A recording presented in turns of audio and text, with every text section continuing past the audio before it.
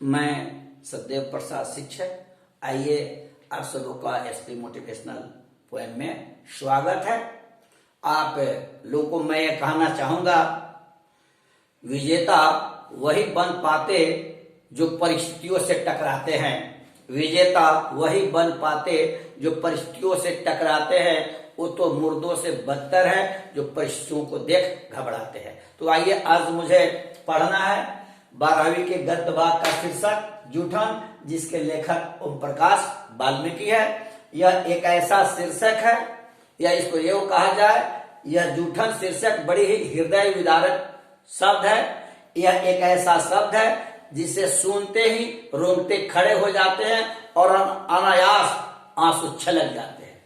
इस वाल्मीकि जी बचपन में काफी कष्ट झेले। उनके परिवार के लोग भी काफी दुखी थे। काम करने के बावजूद भी, मजदूरी करने के बावजूद भी भरपेट भोजन नहीं मिल पाता था। और भरपेट भोजन मिलने की बात कौन कहे, ये जूठा जिसको हम लोग खाने के बाद जो जूठा होता है, वह जूठन भी इन लोगों को भरपेट नहीं मिल पाता था। इसीलिए उन्होंने अपने शीर्षक का नाम जूठा रखा है। और जूठा इस शीर्षक के माध्यम से अपने जीवन के दर्द को, अपने परिवार के दर्द को, अपने समाज के साथ होने वाले भेदभाव को इन्होंने इस शीर्षक के माध्यम से प्रस्तुत करने का काम किया है, चित्रित करने का काम किया है। तो आइए हम लोग एक एक करके देखते हैं। पहले कि मैं उनके जीवन के बारे में मैं समझ लूं। ओम प्रकाश वाल्मीकि जी के बचपन का नाम मुंशी जी था। घर के सभी लोग मुंशी जी कहकर पुकारते थे। और इनके माता का नाम मुकुंदी देवी और पिता का नाम छोटन लाल था। और इनका जन्म 30 जून 1950 को बारला, मुजफ्फरनगर, उत्तर प्रदेश में हुआ था। और इनके जीवन की छोटी घटना को मैं कह देना चाहूंगा कि इनके विद्यालय में पढ़ने जाने की जब उम्र होती है तो पिताजी के साथ जाते हैं। लेकिन विद्यालय का प्रधानाध्यापक जो कालीराम है, इनके साथ अच्छा व्यवहार नहीं करता है। फिर भी इनमें पढ़ने की ललक है और पढ़ने का काम करते हैं, जिसमें इनके भाई, बहन, माता, पिता और सबसे बड़ा सहयोग इनके भाभी कराता है। जिसकी वजह से 1992 ईस्वी में हेमवती नंदन बहुगुणा विश्वविद्यालय से हिंदी से एमए किए। और उसके बाद हमेशा सफलता की शिखर पर चढ़ते ही चले गए। और उन्होंने अपनी लेखनी के माध्यम से समाज में जो भेदभाव करने वाले लोग हैं, जो जातिवाद के नाम पर समाज को लूटने वाले लोग हैं, जो जातिवाद के नाम पर देश को रसातल में ले जाने वाले लोग हैं, उन लोगों पर इन्होंने तंज कसने का काम किया है और व्यंग कसने का काम किया है। तो आइए मैं अब एक एक करके प्रश्नों का उत्तर बता रहा हूं। आपसे पूछेगा 1992 में एमए किए, उसके बाद आपसे 1993 में इन्होंने ऐसी लेखनी की, अपनी कर्मठता की बदौलत, अपनी लेखनी की बदौलत, अपनी कलम की बदौलत 1993 में इन्हें डॉक्टर अंबेडकर राष्ट्रीय पुरस्कार से सम्मानित किया गया। मैंने यहाँ 6 प्रश्न दिए, 1, 2, 3, 4, 5। इसको प्रश्न उत्तर भी कहा जा सकता है। इस सभी जो प्रश्न, इसमें ही प्रश्न में ही उत्तर निहित है। आपसे पूछेगा कि डॉक्टर अंबेडकर राष्ट्रीय पुरस्कार वाल्मीकि जी को कब मिला, तो हम देंगे कि यह पुरस्कार, डॉक्टर अंबेडकर राष्ट्रीय पुरस्कार वाल्मीकि जी को 1993 में मिला। फिर आपसे पूछेगा कि वाल्मीकि जी की आत्मकथा क्या है, हम लिखेंगे जूठन। क्या लिखेंगे? जूठन। फिर आपसे पूछेगा जूठन के प्रधानाध्यापक का नाम क्या है, तो कालीराम है। जूठन के प्रधानाध्यापक का नाम क्या है, लिखेंगे यहाँ कालीराम है। फिर आपसे पूछेगा कि वाल्मीकि जी समाज में क्या चाहते थे, कैसा परिवर्तन चाहते थे, तो हम लिखेंगे वाल्मीकि जी, ओम प्रकाश वाल्मीकि जी समाज में आमूल परिवर्तन चाहते थे। अर्थात ऐसे समाज की रचना चाहते थे एक ऐसे समाज का निर्माण चाहते थे जिसमें जात पात, छुआछूत, ऊंच नीच कोई भेदभाव नहीं हो। क्योंकि हम लोग जानते हैं कि वतन से बड़ा कोई मजहब नहीं होता, वतन से बड़ा कोई मजहब नहीं होता। ऐसा भेदभाव वही करता जिसे वतन से कोई मतलब नहीं होता, कोई मतलब नहीं होता। ठीक, लेकिन ऐसा ही परिवर्तन चाहते थे कि समाज में ऐसे समाज का निर्माण हो जिसमें ऊंच नीच, जात पात, छुआछूत आदि का कोई भेदभाव न हो, नामो निशान नहीं हो। अगला प्रश्न फिर आपसे पूछेगा, वाल्मीकि जी ने किस नाट्यशाला की स्थापना की? तो हम उत्तर में लिखेंगे वाल्मीकि जी ने मेघदूत नाट्यशाला की स्थापना की। फिर आपसे पूछेगा कि वाल्मीकि जी को कथाक्रम सम्मान कब मिला? वाल्मीकि जी को कथाक्रम सम्मान कब मिला? तो हम लिखेंगे 2000 ईस्वी में। फिर आपसे ऐसा भी पूछ सकता है, में भी हो भी सकता है कि परिवेश सम्मान कब मिला, या ऐसे भी पूछ सकता है कि 1995 में वाल्मीकि जो कौन सा सम्मान मिला? तो उत्तर लिखेंगे, ये हमको संबंध याद रखना चाहिए। 1995 में परिवेश सम्मान मिला। आज परिवेश भी पूछ सकता है, 1995 कुछ भी पूछ सकता है, वो आजाद है।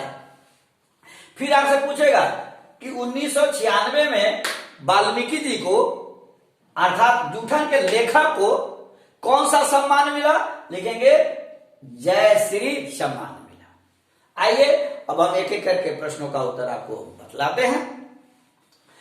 इसमें पहला प्रश्न मेरा कि विद्यालय में लेखक के साथ कैसी घटनाएं घटती है? विद्यालय में लेखक के साथ कैसी घटनाएं घटती है? विद्यालय में जब लेखक अपने पिता छोटा लाल जी के साथ जब जाते हैं, जब वो हेडमास्टर इनसे बड़ी बेरुखी से व्यवहार करता है, जब नाम पूछता है और जान लेता है कि यह चूहड़ जाति का है, यह बालक चूहड़ जाति का है, तो इसके साथ अच्छा व्यवहार न करके अपनी अमानवीयता का परिचय देने लगता है, क्योंकि जातवाद का कीड़ा उसके रग रग में भरा हुआ है। और वह आदेश देता है प्रधानाध्यापक इस छोटे बच्चे को शीशम के डाली की झाड़ू से पूरे विद्यालय के प्रांगण को बहारने का आदेश देता है। लेखक बहारने का काम करता है, दूसरे दिन भी बहारने का काम करता है, और तीसरे दिन भी जब लेखक क्लास में जाकर बैठ गया है तो प्रधानाध्यापक जाता है, उसकी गर्दन को पकड़ लेता है और विद्यालय के बरामदे में ला करके पटक देता है और फिर उसे फील्ड साफ करने का आदेश देता है, जिसकी वजह से वो बालक यह लेखक रो रो करके फील्ड को साफ कर रहा है। आइए तो इसमें यह जानेंगे कि विद्यालय के लेखक के साथ कैसी घटनाएं हुई।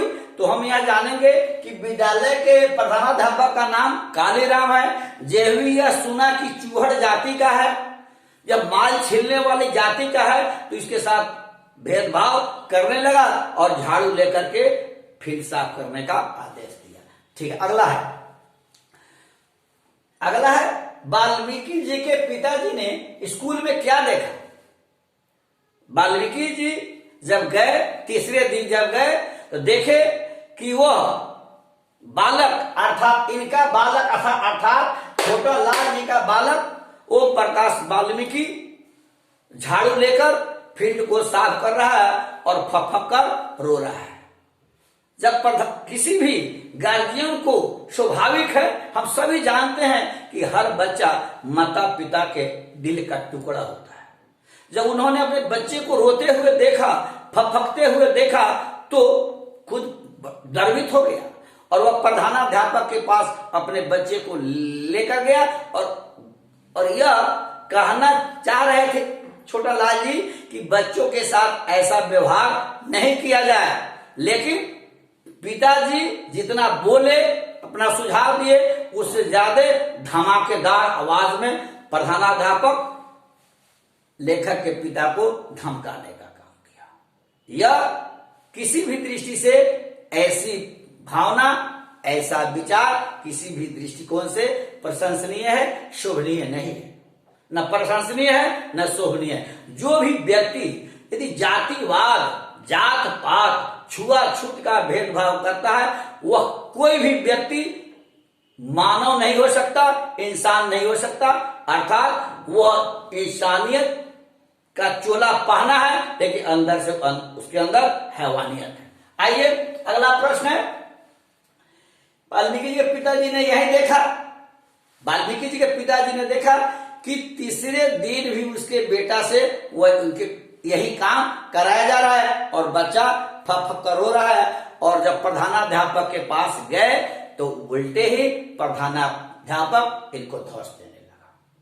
एक पक्की कहावत है, इंसान को कभी भी जात पात, छुआछूत, ऊंच नीच भेदभाव नहीं करना चाहिए।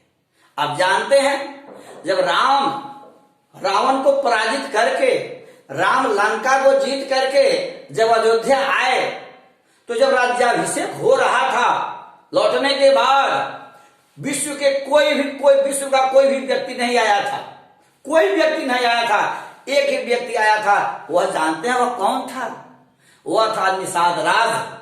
क्या वो अगड़ी जाति का था? क्या राम की महानता है कि उन्होंने सिर्फ निषाद राज को आमंत्रित किया, या इसीलिए तो आज राम पूजे जाते हैं। लेकिन मेरे समाज में कुछ ऐसे लोग हैं, न जाने क्यों भेदभाव, छुआछूत, ऊंच नीच का बर्ताव करते रहते हैं। राष्ट्रकवि रामधारी सिंह दिनकर ने रश्मि रथी के प्रथम स्तर के द्वितीय दोहा में लिखा है, भेदभाव का नाम न जाने, भेदभाव का नाम न जाने वही श्रेष्ठ कहलाता है। भेदभाव का नाम न जाने वही श्रेष्ठ कहलाता है। दया धर्म जिसके दिल में, वही पूज्य प्राणी होता है। वही आदमी पूजनीय हो सकता है। जिसके दिल में दया हो वही आदमी पूजनीय हो सकता है, वही आदमी वंदनीय हो सकता है, वही आदमी आदरणीय हो सकता है। आइए तो मैं अगला प्रश्न देखता हूं। अगला प्रश्न है, घर पहुंचने पर लेखक को देखकर उनकी मां क्यों रो पड़ती है? एक दिन छोटा लाल जी नहीं थे, मां की व्यवस्था थी।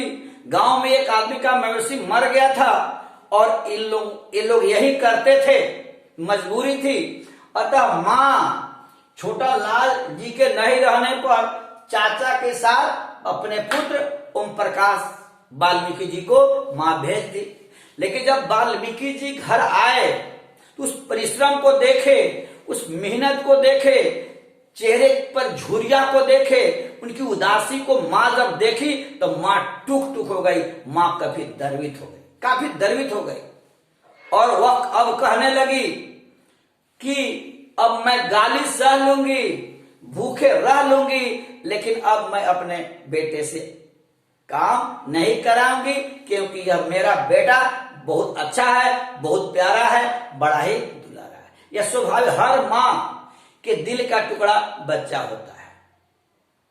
बच्चों को कुछ होता तो एक पक्ति है, मां कितनी ममतामयी होती है। बच्चों को कुछ होता तो घर का सब कोई रोता, बच्चों को कुछ होता तो घर का सब कोई रोता, पर मां का रोना औरों से निश्चित अंतर होता। इसलिए मां अब कसम खाते हैं, मन ही मन प्रतिज्ञा करते हैं कि नहीं, मैं गाली सह लूंगी, भूखे रह लूंगी, लेकिन मैं अपने बेटे को ऐसे काम करने के लिए नहीं भेजूंगी। वह क्यों कही? क्योंकि वह देखती है कि आने के बाद मवेशी के चमड़ा छीलने कर जब वाल्मीकि जी आते हैं तो चेहरे पर काफी उदासी है, चेहरे पर काफी मलिनता है। भला कोई माँ अपने बच्चे के चेहरे पर मलिनता को देख सकती है क्या?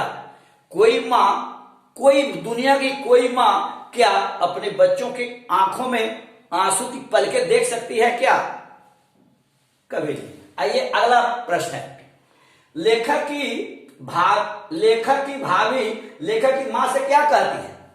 लेखक धन्य है वह, लेखक की भाभी कहती है, इनसे एक लेखक की भाभी लेखक की मां से कहती है, इनसे ये काम न कराओ, इनसे एक काम ना करा, अर्थात मवेशियों को छीलने का काम इनको मत कहो। बोलती है भाभी, इनसे एक काम ना कराओ, हम लोग भूखे रह लेंगे, इन्हें गंदगी कामों में मत धकेलो। धन्य है वो भाभी, वो ऐसी भाभी वंदनीय है, ऐसी भाभी पूजनीय है, ऐसी भाभी वंदनीय है जो देवर को अपने संतानों का प्यार देती है।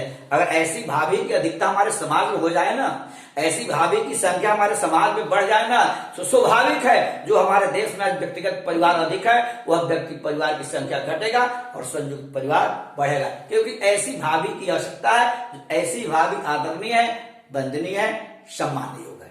क्योंकि और इसी भाभी की इस पक्ति ने, कौन सी पक्ति ने, इनसे ये काम न कराओ, हम भूखे रहेंगे, हम भूखे रह लेंगे, इन्हें गंदगी में ना धकेलो।